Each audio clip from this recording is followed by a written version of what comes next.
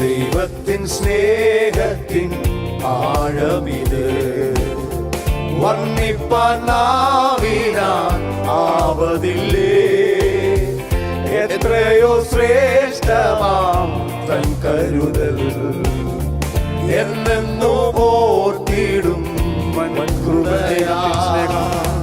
ദൈവത്തിൻ സ്നേഹത്തിൻ ആഴമിത് വർണ്ണിപ്പാൻ നാവിനാൽ ആവതില്ലേ.